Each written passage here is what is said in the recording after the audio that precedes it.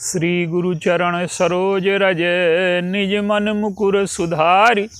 वर्णहु रघुबर बिमल जस जो दायक फल चार। बोलिए सियावर रामचंद्र की जय। श्री राम मैं सब जग जानी करऊं प्रणाम जोर जुग पानी।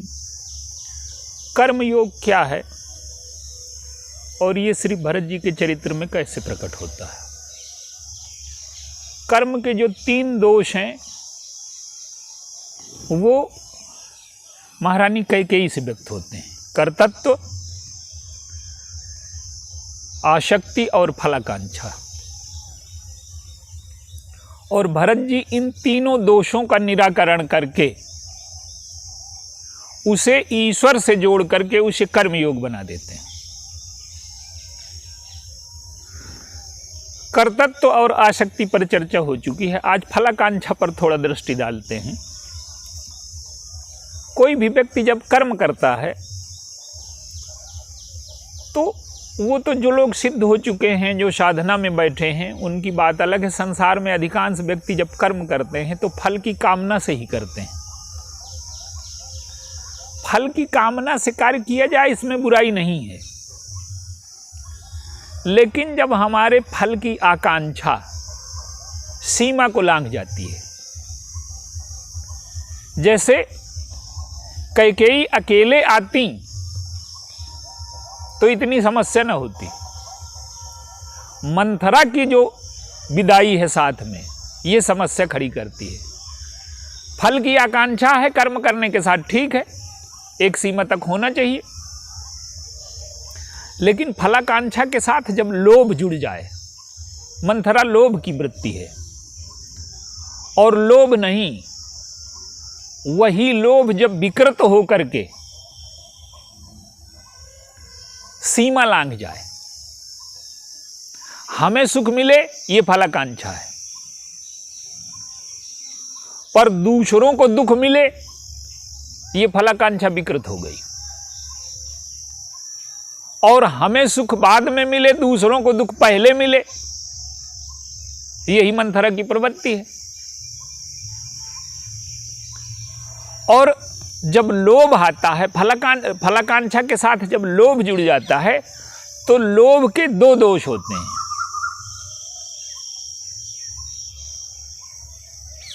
क्रोध के परुष वचन बल, क्रोध के पास जो बल है वो कठोर वाणी का बल है।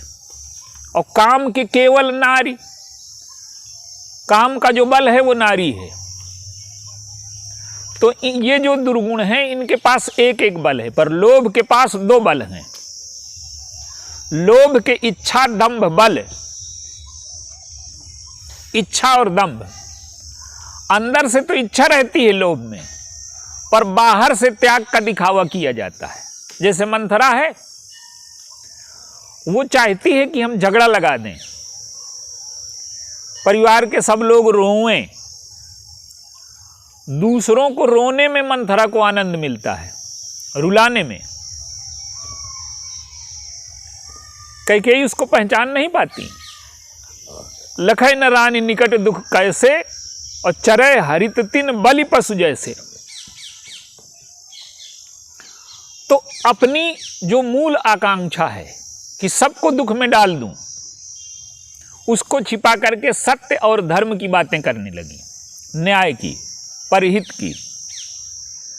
तो जब व्यक्ति कुटिल होता है, इच्छा और दंभ ये 2 चीजें आईं, और इसके साथ 2 चीजें और आईं, दुष्टता और कुटिलता। लोभ की ही जो वृत्ति है पहले इच्छा और दंभ में परिवर्तित होती है, और वही फिर दुष्टता और कुटिलता में परिवर्तित होती है।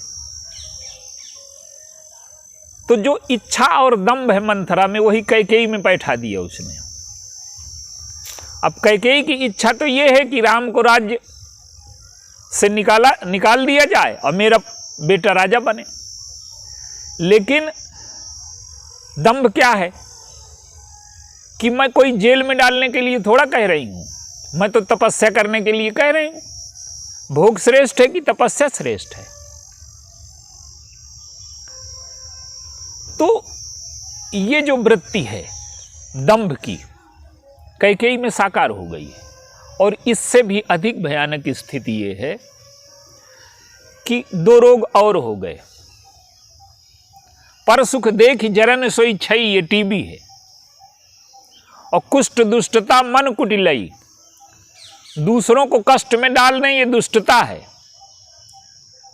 लेकिन दुष्टता के ऊपर सज्जनता का आवरण ओढ़ लें ये कुटिलता है। तो कुटिलता क्या है कि कैकेयी राम के हितैषी होने का दावा करती हैं। कहती हैं कि तुम्हें बन जाने के लिए कोई न कहेगा, सुजस सुकृत परलोक न साऊ, और तुम्हें ही जाने बन काहे कि काऊ। इनका चाहे सुयस नष्ट हो जाए, परलोक नष्ट हो जाए, ये तुम्हें बन जाने के लिए कोई न कहेगा अयोध्या में।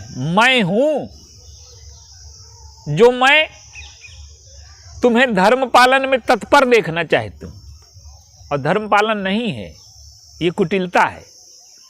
राम को वन भेज करके अपने पुत्र को राज्य दिलाना, ये धर्म के साथ छल है।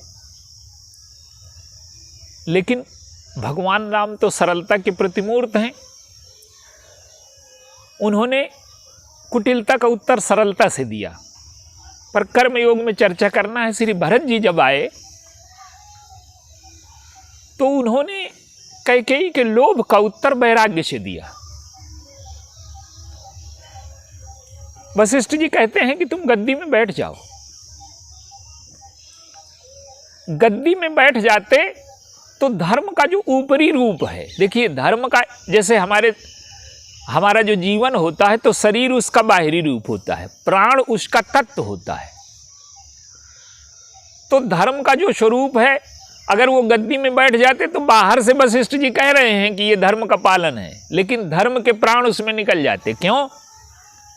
कि श्री भरत जी की दृष्टि में ये मंथरा और कैकेयी की आज्ञा का पालन है। ये न दशरथ जी की आज्ञा है, न ये गुरु जी की आज्ञा है, न ये न धर्म सम्मत है। ये तो मंथरा और कैकेयी की आज्ञा का पालन करके धर्म की रक्षा होगी क्या? ये तो धर्म के साथ छल कर रहे हैं। तो कैकेयी के लोभ का उत्तर उन्होंने वैराग्य से दिया। कैकेयी की दुष्टता का उत्तर सज्जनता से दिया। कैकेयी की कुटिलता का उत्तर सरलता से दिया। और देखिए धर्म की विजय आज समाज में क्या है? दुष्टता का उत्तर दुष्टता, कुटिलता का उत्तर कुटिलता। तो जो अधिक दुष्ट होगा, अधिक कुटिल होगा, वो जीतेगा। लेकिन इस तरह धर्म की स्थापना नहीं होगी।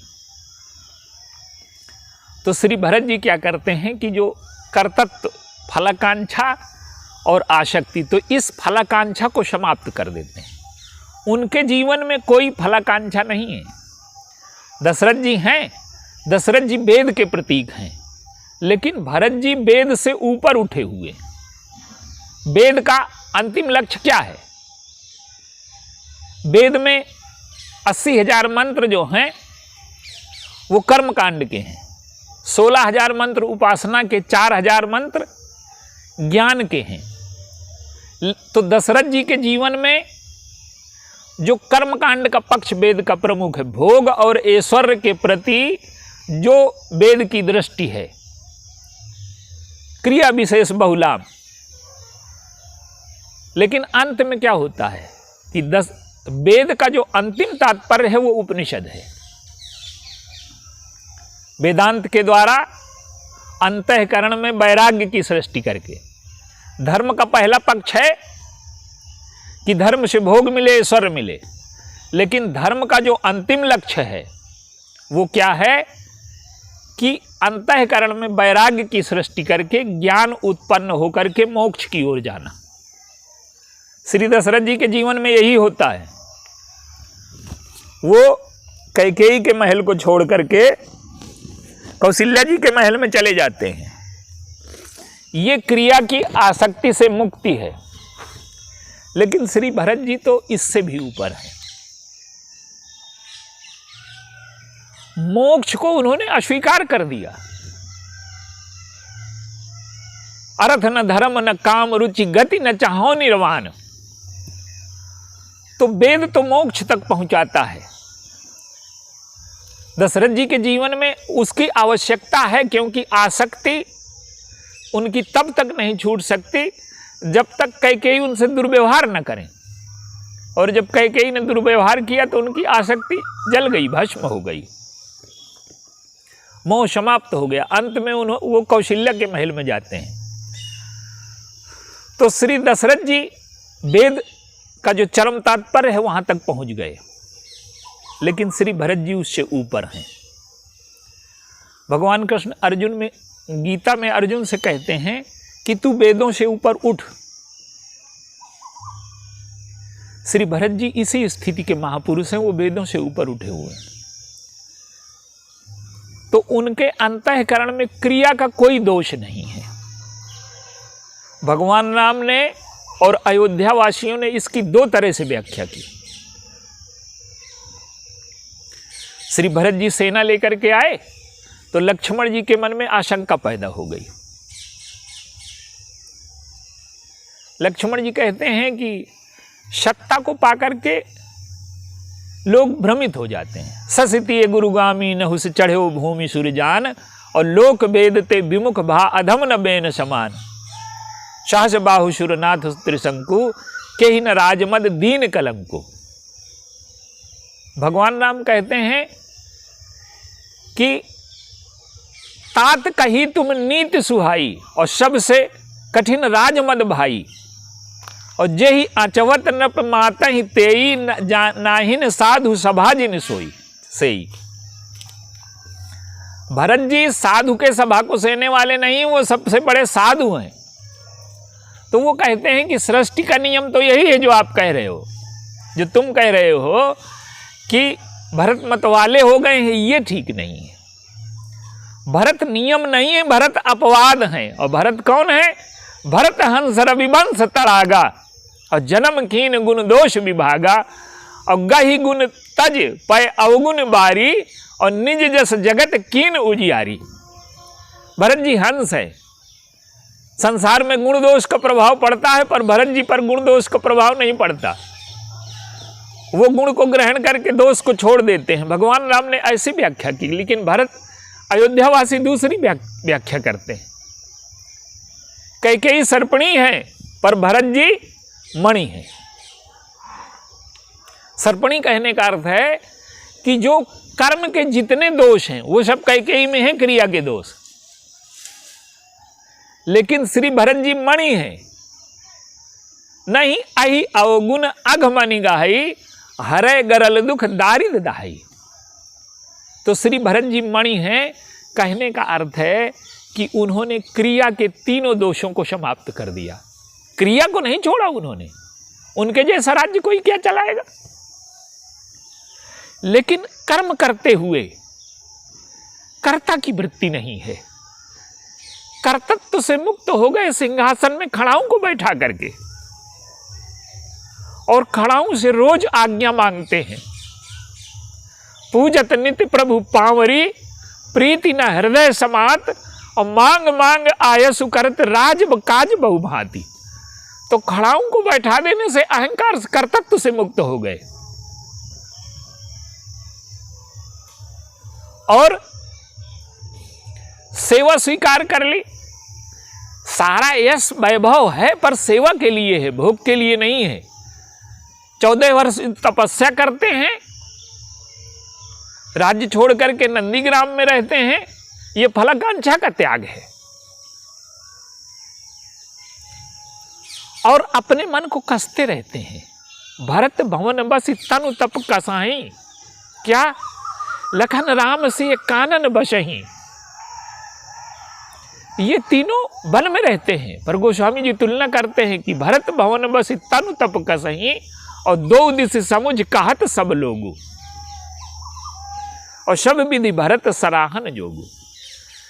भोग की वस्तुओं के बीच में रह करके, ऐश्वर्य के बीच में रह करके, सत्ता के बीच में रह करके आसक्ति से मुक्त होना बड़ा कठिन है। भोगों के आकर्षण से मुक्त होना बड़ा कठिन है। सत्ता के साथ रह करके अहंकार से मुक्त होना बड़ा कठिन है। लेकिन वो आसक्ति से मुक्त हैं, फलाकांक्षा से मुक्त हैं, कर्तृत्व से मुक्त हैं, और इतना ही नहीं, भोग और सत्ता का जो केंद्र है, शक्ति का जो केंद्र है, उसे प्रभु के चरणों में अर्पित करने जाते हैं। तो उस कर्म को योग बना लेते हैं और योग बना करके उसे प्रभु के चरणों में समर्पित कर देते हैं। तो हमारी विचार, भावना और क्रिया ये जब ईश्वर से जुड़ जाती है तो वही क्रिया जो ईश्वर को दूर करने वाली थी, जब कर्तृत्व फलाकांक्षा और आसक्ति आ जाती है तो वो क्रिया हमारे जीवन से ईश्वर को दूर कर देती है। और जब हम कर्तृत्व फलाकांक्षा और आसक्ति से मुक्त हो जाते हैं तो वही क्रिया हमारे जीवन में ईश्वर को वापस ले आती है। और श्री भरत जी अपने जीवन में क्रिया योग को स्वीकार करके जब वो लौट करके आए तो भगवान को एक बंधन में बांधाए। 14 वर्ष बाद आपको लौटना पड़ेगा, नहीं मैं प्राण त्याग दूंगा। और भगवान लौट करके आते हैं तो हमारे जीवन में ईश्वर वनवासी हो गया है, क्योंकि हमारी क्रिया में ये 3 दोष हैं। और हम अपने जीवन में अगर क्रिया के इन 3 दोषों को मिटा सकें तो ईश्वर हमारे जीवन में प्रतिष्ठित हो जाएगा, हमारा जीवन पूर्ण हो जाएगा, आनंद से, तृप्ति से भर जाएगा। और श्रीमद् भगवद गीता और श्री रामचरितमानस दोनों का अंतिम लक्ष्य यही है कि व्यक्ति कर्म को करते हुए कर्म को योग बना ले। लोग कहते हैं कि कर्म ही पूजा है। कर्म पूजा नहीं है। जब कर्म के ये 3 दोष समाप्त हो जाते हैं तो वो कर्म पूजा बन जाता है, वही कर्म योग बन जाता है, वही कर्म ईश्वर से मिलाने वाला बन जाता है और वही कर्म हमारे जीवन को धन्य करने वाला बन जाता है। बोलिए सियावर रामचंद्र।